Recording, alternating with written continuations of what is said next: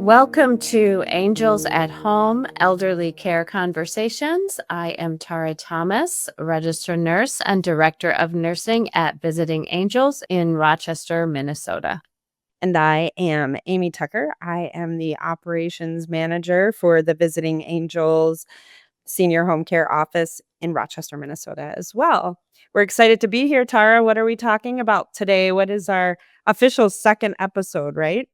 Official second episode, we are going to talk about challenges, solutions, and essential questions for families as they begin to understand elderly home care.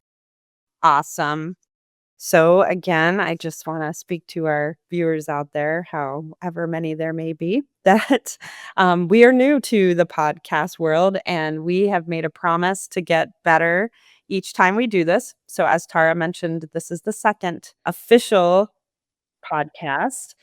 And I think what we should start with, Tara, is understanding elderly senior home care and what it is. Elderly home care is exactly that. It is helping the elderly with care that they want or need to remain in their own homes.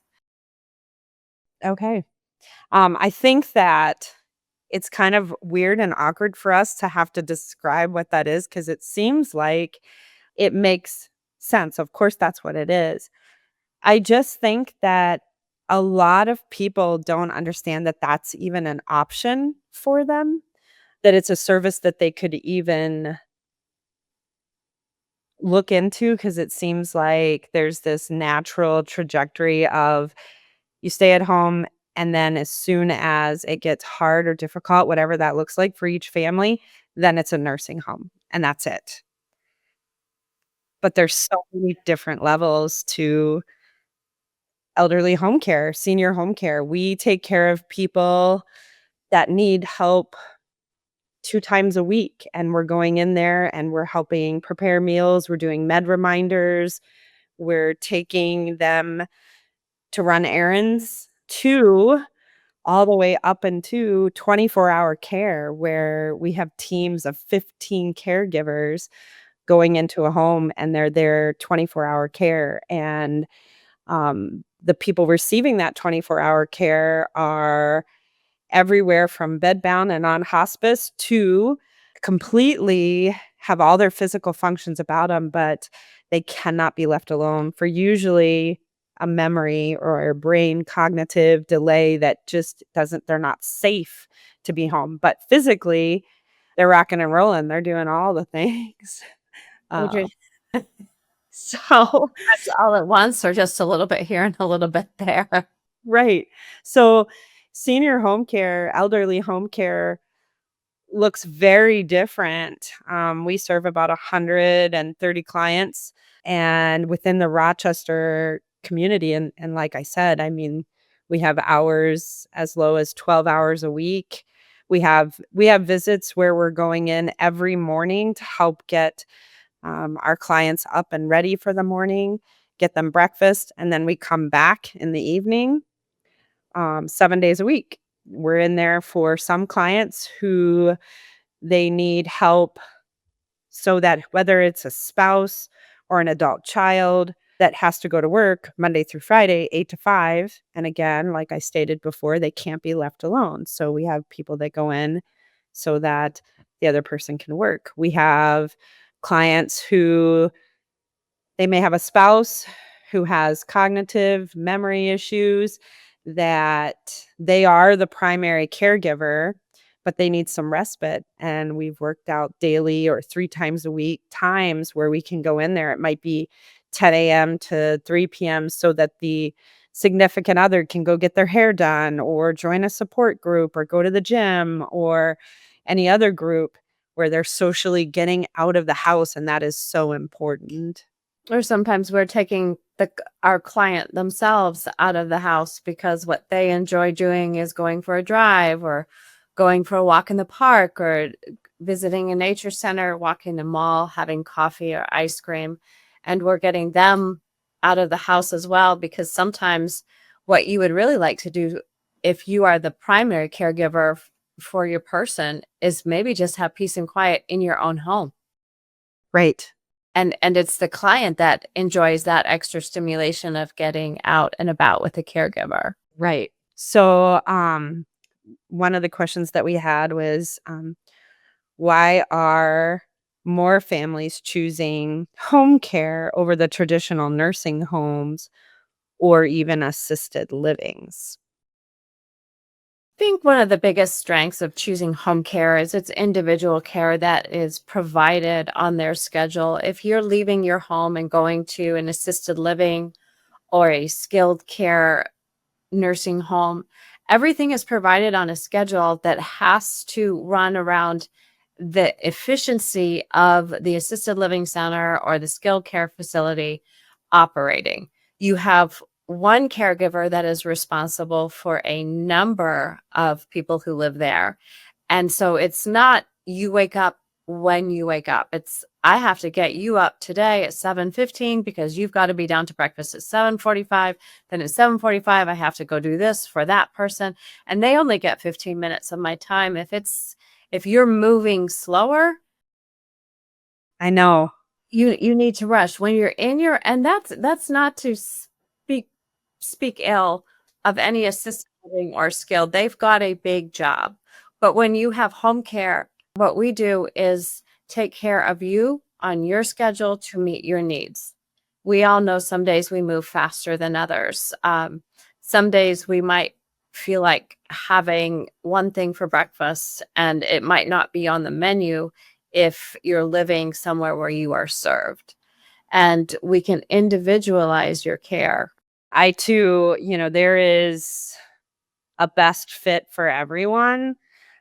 So in some of those cases, the assisted livings work better for families in different situations. However, I just wanted to say that even the best models of the home, the facility cares where they're trying really hard to make it more home like and more flexible, like what you mentioned, where you can have breakfast when when you're hungry, not at a regimented time. Because the old nursing home model, which isn't that old because I'm not that old and I worked in a very nice facility a long time ago that, it was great, it was clean, it was great, and the idea was that, if Mrs. A doesn't wanna get up, then come back after you've seen, you know, Mrs. B and Mrs. C, and then come back and check then.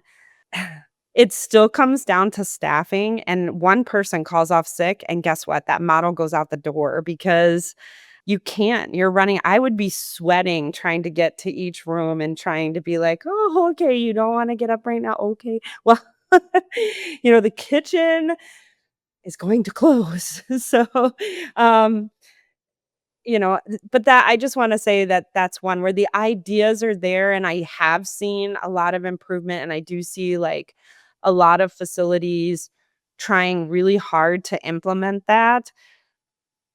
The reality is that it still takes a tremendous amount of staffing that has to go right. Do you know? All 10 CNAs have to show up for their shift in the right frame of mind. All the kitchen staff has to show up, and just time and time again, it's a high burnout career, and it turns over quickly, and that's why when you're at home and you have a team of 7, someone calls off or they they can't make their shift for whatever reason, we've got a pool of 150 caregivers that we can pop in there and still give that one-on-one care, you know what I mean? Unlike a facility where one person calls off, then you're trying to fill that, but they're caring for 10 other rooms, right?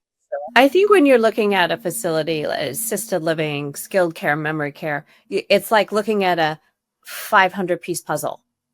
When all the pieces are there and the puzzle is put together, it looks amazing. Yep. When you look at what we do with home care, we're looking at a 10 a 10-piece puzzle, a 5-piece puzzle, Right. and it's easier to have it all fit together and run smoothly for the person in their own home. Right. The other thing about being in your own home that I think is really comforting is the memories and the familiarities of home. Um, you can walk to the fridge at 1 in the morning and it's where it's been for the last 50 years. And just the memories and of grandchildren coming in and out, of children, raising families. There's so much mental health positivity that comes from that. And I think we talked about this the last time. You talk about a move, whether you're 10 years old, 40 years old, it's one of the top stressors in life. So now you put that on somebody who's 80, 90, um, Mhm. you rip all those good, fun memories, familiarity, and the other word I'm looking for is autonomy, I believe. Would that be the right word? The ability to make your decisions, a simple decisions. You have a social room with a television, and after breakfast you want to finish your coffee and watch one of the morning shows. Well, what happens if you, for the last 50 years, have watched the Today Show and now it's always on Good Morning America? Right. That's not okay. Right. Like, some people feel very strongly about these people that they have invited through the television into their lives. It's simple things like that. It's sometimes it's the brand of tea that you drink or the brand of coffee that you prefer. When you're in your own home, you make your own choices, whether it's I always talk to caregivers, like, the way that that person wants their house cleaned is the way to do it. Some people feel very strongly you dust first and then you vacuum, because you wipe the dust to the floor and you vacuum it up. And there are other people that feel very strongly that you vacuum first because it raises dust. I'm not there to argue. I am there to help you live in your home the way that you want to live there. Yep. And the other thing with home care too, I think another thing that it provides or that I see just in the time that I've been doing it is a lot of times you have a husband and a wife or 2 people that have lived in their home and one person is progressing quickly and needing more help, and the other person who is aging and may not need as much help, but all the energy that they have goes to taking care of their self, right? So, just that choice, being able to provide in-home care, it delays and it allows that couple to stay together. So, when you have to make the choice, let's say one person is dealing with dementia and they're progressing and they cannot be left alone, the spouse who is aging their self and is getting exhausted with the care that they need, it feels like they have to make this choice where it's like, well, I don't want her to go into a home, right? I don't Mhm. be here. That's a huge grieving process for the spouse that's left behind. They and guilt, this feeling of abandoning their spouse. But when you bring home care into the home, you can alleviate some of that and stop that separation. So sometimes it's not a spouse, it's family, like maybe mom has decided to move in with adult children and there might be even grandchildren in the picture. Well, it's like instead of saying mom has to move, we can bring the care in, and help alleviate some of that pressure. Now it doesn't always go that smoothly, but I still am It like can. It doesn't always start off that smoothly. Plus, I think like it's like the opposite of you pave a road and it's really, really super smooth. But before you pave it, there's a lot of bumps in the road. So right, we're going in to pave this road of that person being able to continue to smoothly live in their own home. right. And that brings us to our next topic, and it moved quite nicely into it, which is common challenges of home care. So that's exactly what we're talking. I mean, we're painting this picture, right? And it is beautiful. It is so beautiful and it's such a wonderful option. Um, but there are challenges, right? There's challenges. If the person that really needs the help buys in and there is zero resistance, Yep. that's a unicorn right there. That is that is exotic. Um, Right. what we get a lot is resistance from the person in the family that needs the help. Like professional level, they worked for the underground during World War II and they know all the ins and outs and they're going to resist this with every last ounce of their strength. And Or may I or say a retired nurse. They are the they're the absolute we worst. are the worst. Although I do tell myself that I am going to be a good old lady for my children when the time comes. And now it's official because it's recorded. I've said it out loud. Um, yes, that retired medical people that know what to tell others and have a difficult time doing it for themselves. Right.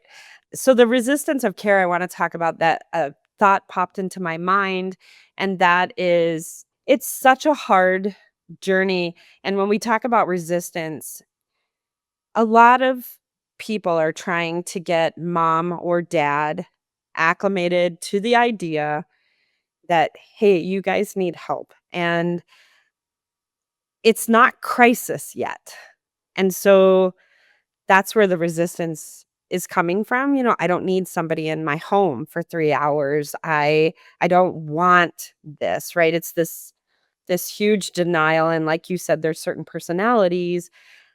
And so I think for adult children, it's really hard, and you know this, right? You watched it with working with us for so long that there's this respect, like, I am the child, you are my dad, and I don't wanna disrespect, and I don't want to treat you like a child, and then for the family that is for the couple, the mom or the dad that is needing the home care, um, fear is a big challenge because they're afraid to lose control and to give up that control, and what what that possibly means for the future. Are we gonna be separated if we invite people in the home? Are they gonna do things my way? I like vacuuming this way. It's a huge challenge for adult children who are like, "Okay, I see mom and dad need help. They need a little extra help. I can't be here all the time or as much as they need." But then mom or dad throw up the red flag, and it's like, where there's a point where I can continue to suggest. So what I was gonna say is there's the resistance, and there's not much you can do about it when they don't fully need full care, but they need a little help, or it seems like, and there's a lot of in between, or some sort of event has happened and they don't have a choice anymore. It's like this has to happen. Mom or dad fell, broke a hip, or was diagnosed with something that is causing, like, now you don't have a choice. We have to get somebody in the home. And that's when I think it can also be challenging because who knows as the seasons fly, like, how quickly someone can get started. If we're really, really busy, there could be a little bit of a delay time. We're very good at getting started. Whereas if you're able to get someone in your home and get started and you're able to push past that initial resistance, they can get used to home care. So when that event happens, as it inevitably will, then they're already used to having home care, and we already have the relationship, and we can just expand our services versus, okay, you need someone today. Let's see. It's going to be a complete shell shock. Do you know what I mean? I do. I think when you have the luxury, take a hip replacement where it takes you 6 to 8 weeks to get back to your baseline. If you have a planned hip replacement, you know that this is what you're going to need. You've got surgery is scheduled for next month. You're going in for your hip replacement, your knee replacement. You're going to need help. You're not going to be able to do what you did before. And you can start with the minimum, a number of hours. Get to know a care team. We put a care plan in place with you, and we work with you to say you're going to, laundry, cooking, errands, decide what it is. You're going to need help in the shower.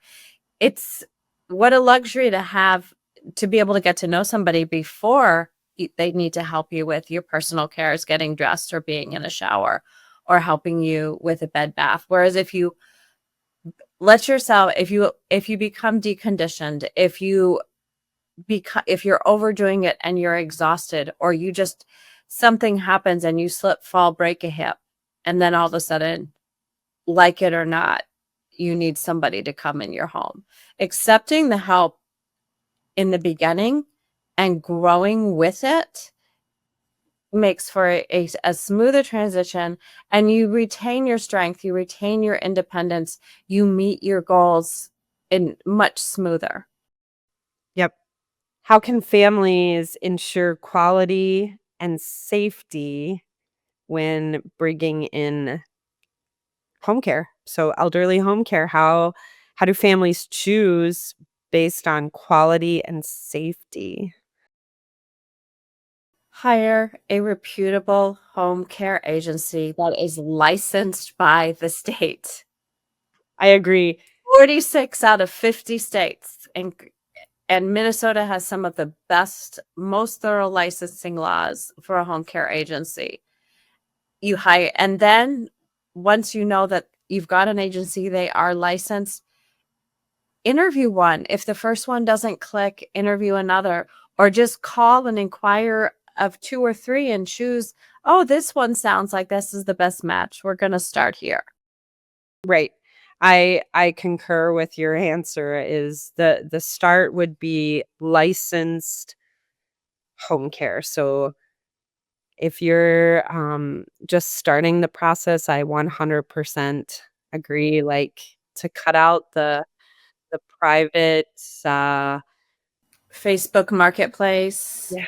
Um, Even caregiver.com, which is, it's a reputable website. You get what you pay for when it comes to, but you have no idea about the person that you're hiring. When you're hiring a licensed agency like Visiting Angels, we're vetting all our caregivers, we're background checking our caregivers. They are all getting the same kind of training. They have a registered nurse as a resource available to them at all times Yep, when they're working, and much better. And every single year they get continuing education.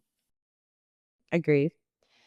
Do you, Tara, would you be able to explain some emotional and financial challenges that are unique to home care? I mean, The financial piece is it's a tough one because everybody has their monthly budget. You are dealing with a population that is on, most of the time, on a fixed income, and all of a sudden money is going out to something new.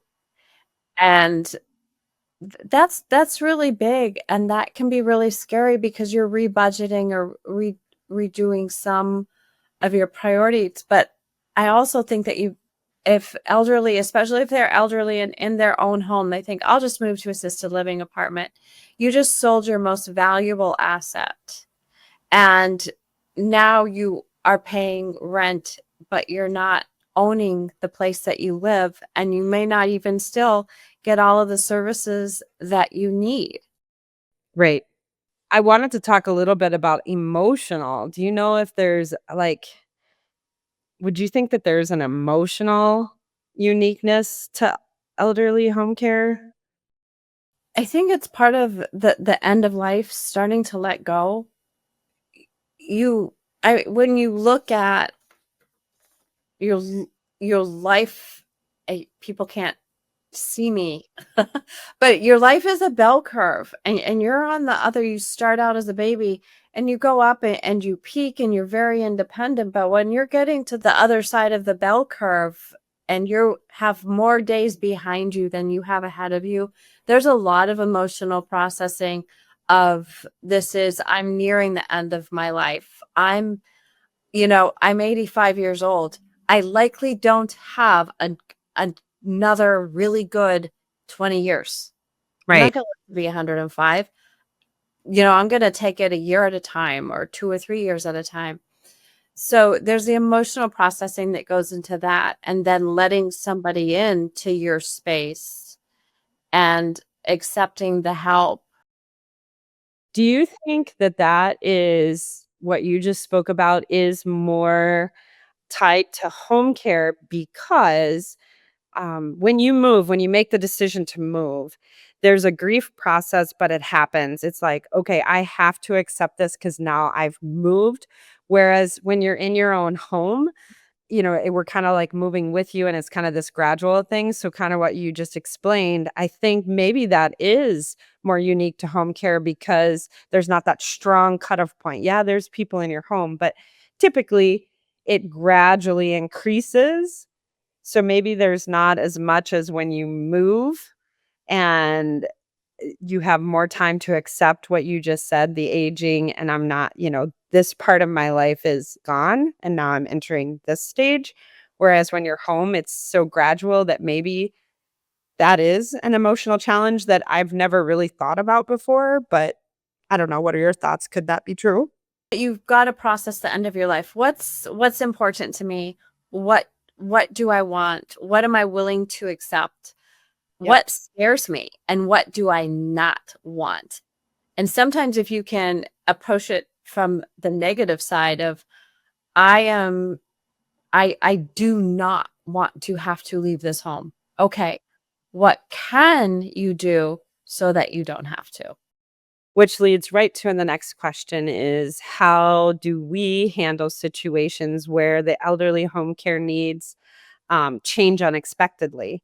So, we have been down that road a time or two where we have been taking care of someone for a year and it's going status quo. We've got the team of caregivers in there. Everybody likes each other and meshes, and we've got a schedule and we've got a routine. And now all of a sudden, maybe we're seeing caregiver exhaustion and they're kind of coming to us going, oh, 8 hours is really long, or this is what I'm seeing. And usually that takes just a little bit where then I would come to you, Tara, in nursing, and I'd say, okay, what are your thoughts? And that usually spurs a visit in the home and a brainstorming of what we can do differently, whether it's add hours or change the care plan. How do we handle situations that we need? Changing the care plan, that's one of the reasons why we visit our clients every 60 to 90 days to say, do we need to, tweak the care plan? And the caregivers, listening to the caregiver as well as the client or the client's family, so important to say, oh, this needs to be changed. It might have actually just been okay last week and this week it's not. And having a care plan in place empowers everybody. A lot of times we go, oh, well, mom's been living on her own. She can self-direct her care. She'll let you know what she needs help with. She tells me all the time what she wants me to do. Not so much with a caregiver. It Right. can be different. So, but you give somebody a care plan that says, okay, I'm here today. It's Monday. Monday is I'm going to clean the bathroom and change the linens in your bed. It empowers the caregiver and it really helps the client. Yep. Really, it's helpful to the client. They don't have to, it's not another job for them to tell us what to do. Right. And I just thought as you were speaking that um, that's another beautiful part of home care because when we run into a challenge, and I was just thinking of one, might be that the transfers are getting more difficult. There's so much flexibility and so many things we can do when we're providing home care to overcome that obstacle. It may be trying different equipment. It may be bringing an easy stand or a wheelchair or a certain type of walker in where they can sit and rest. Or it might be medication, timing, right? Like we can't do this particular activity right after we take such and such medication. So we're going to change, the way that we do that. So we have that flexibility when we're dealing with one-on-one care versus a facility where, you know, changing a med time when meds aren't being passed might not work, you know? Um, It might not. And you have somebody with Parkinson's that their medicine is going to be most effective 30 to 60 minutes after they take it. And that's when you want to do the physical activity. Let's do the transfer. Let's get you dressed. Let's, take you do your bathroom, do your shower. okay. How can we talk to the people listening about the best strategies to make home care successful for them and their family? Like, what are some good points that we could give that would that not everybody knows to think about that we could suggest that might help the home care movement for people easier? To have the conversations, and then sometimes it might be more than mom, dad, you need help. You can't do this anymore. That doesn't work as well as mom, dad, I like coming over here. I like visiting you, but I wish when I came over, I could just sit and visit if we had somebody that helped you with your errands or your cooking or your bathing, then I would have the time to sit and I would like to look at old photo albums from my childhood, or I would like to be able to, take you out for a drive or go out for a cup of coffee. Like, I want to do the fun things with you and I want somebody else to help you. So my young adult kids, I love having them around and I like to do the fun things. If I get I know now that that's a more important quality to me. If they're coming, but they're cooking for me, cleaning for me, organizing for me, doing my laundry, I just lost the quality of time. Right. And it's important for these adult children that want their parents to get help to understand that there may be a fear that their parents can't even identify. That if I have help in my home, when am I going to see my son? When am I going to see my daughter? Will they still come by if somebody else is helping me? Mm-hmm. Um, I also think that once you have home care going, involve the person receiving the care as much as possible in the changes in the care plan, um, versus dictating. So once you were just talking about actually making the decision and helping um, people make that decision that I need help in the home because I value those relationships with my children and I want to continue to have those good, healthy, and not be a burden on my kids, right? So I think what you're saying is to provide a comfort and a safety if you're having these conversations with your parents that I want to be more involved in our relationship and I want to be more involved this way, not this way. So you're reassuring them that like this is going to help me be able to participate in our relationship better. So Mhm. that's good. So now that they've made that decision to choose home care and it's going in the home, what are some things that we can help people to understand that once home care is going, you're going to run into some challenges, and what those main ones are and how you could get ahead of that. And one of them I was just talking about was involving the person in the decision making. So when it's care plan time, do you want to shower twice a week or 5 times a week, mom?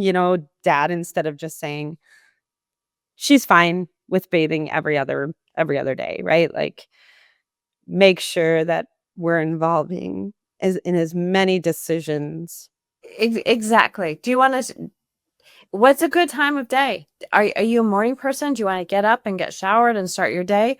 Or does a shower help you feel better in the evening? You wash the day off and you get ready for bed. What time of day is good for you?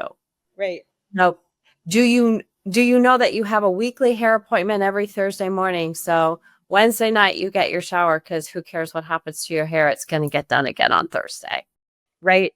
That reminds me of some different clients that we've had where instead of saying like, "This is your caregiver, Betsy," this is when the family is checking in with mom to see how it's going, "How's our friend Betty doing?" So instead of calling the caregiver a caregiver, "How's our friend?" Tying the adult children in like this is our, not your, not a caregiver, staying away from those medically feel type as it's being pushed on them. Right. Inviting introducing the caregiver. Mom, this is my friend Barbara. She's going to come over and cook with you. Yep, She's going to do laundry with you. Not for you. right. You're not helpless. There's a difference between being helpless and needing help. Yep, she's gonna help keep you safe so you can take a shower. Again, saying things like that instead of, "This is what's gonna happen," and or another one that I like too is sometimes the caregivers will struggle in the home, maybe getting mom to take her meds, um, and I can think of 2 specific old friends that said they used the daughter's name. So, Tara, if you were the daughter, they would say, "Now, come on, Amy. Tara says you have to take this." So, and it was really cute because one of our care team, they called it Tara as our nurse, right? So not trying to get confusing here, but so Tara is a nurse for visiting angels, and our caregiver did not was having trouble getting this particular client to use a gait belt sometimes, and it's in the care plan. They are a fall risk. So it's just changing that language. And so the caregiver said, "Hey, it's Tara's law. I don't know what to tell you." And this very obstinate person was like, "Oh, okay. Well, I don't want you to get in trouble." She's like, "I can't break the law. It's Tara's law. I have to use a gait." So, that big long story to just say changing the language, making it a family, using those caregivers' names, using things like friends, and then Tara, big bad Tara. I am happy to be the bad one because you see me the less. You you see the nurse you see the least. And so I'm there. I'm hovering. You're looking, you're reviewing the care notes. You're a resource for the caregiver. You're listening to the family, you're listening to the client. But the person who's there day in and day out, your caregiver, that's who needs your support for caring for the client. They need the care plan in place, and then they have that to back them up. How do you create a flexible care plan that adapts to evolving elderly home care? Just do it because I because a person's needs and their wants, their desires, they're continually changing. And so we just we change with it. We start with the first, and that's why when we go in, we're listening, we're looking around, we are talking, we're assessing, and we're writing a care plan. And 2 weeks later, we're back to say, Right. do we need to tweak it? What's working with this? What's not working? What do you like that we can change, and or what do you not like? Because we can change some of the things that you don't like, but some of the things that you don't like, using the gait belt, needing to use your walker, that's the law. It Right. is okay for you not to like me about that. We Right. still need to do it. Okay. I have 2 more questions. One, and we talked about this in the last podcast, but resources and technology that can make elderly home care easier and more effective. Visiting Angels, I'm gonna do my favorite that I think, and then if you maybe have one that you would highly suggest. But For me, when you're using licensed home care like Visiting Angels in Rochester, we have electronic charting with access to a portal, and I think that that makes a big difference. Being able to see the notes of all the caregivers that are coming into the home on a daily basis, to be able to watch the charting, to be able to have access to the care plan. There are forms and videos we can download to the portal that help families and caregivers to be the best equipped that they can be. So that's mine. What about you, Tara? If you could give one.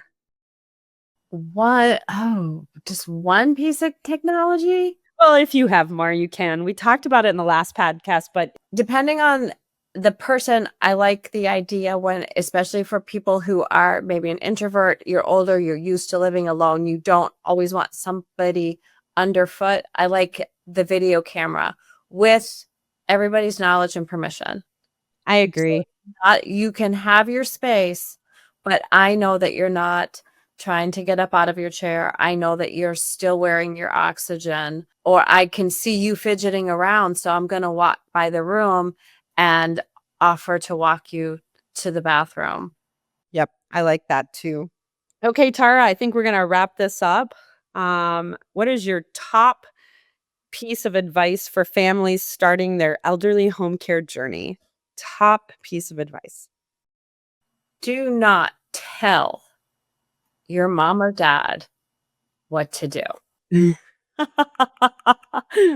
They like that about as much as you liked it when you were a teenager and knew everything. Don't tell them what to do. Okay, so what do we do? Listen and ask. Okay, so ask. Not this, you need help and we're going to get you some help in the home. Okay, That's like saying you're not going out this weekend with your friends because I said so. It's Mom, I'm noticing these things. Do you think it would be helpful? or do you have any ideas on how we can make this easier for you? Exactly. Okay. You know they need help, but there's a difference between if you have their buy-in and you have them thinking about it. It's not that they can't, they can still do it. They're doing it. They're living at home. But they're not going to be able to do it as well as safely. It's going to take a toll on them. Right. Thank you for listening today to Angels at Home Elderly Care Conversations. You can subscribe to our link below, and we'd love to hear your comments and what you want to talk about. We're here as a resource for you. That's why our podcast is Angels at Home Elderly Care Conversations. We do not need to lead every conversation. Put something in the comments and we're going to talk about it. Until next time. Okay, see you later. Thanks. Bye. Okay. Okay, let's close this up with just a closing. So, can you say the title again? Our podcast is called Angels at Home Elderly Conversations. Try that again. Elderly care conversation. Isn't it? Elderly care conversation? Yeah. It's in the chat. Do you see the chat? Okay. Oh my gosh. There it is. Okay. Darn it. Well, they'll cut this part out, so that's good.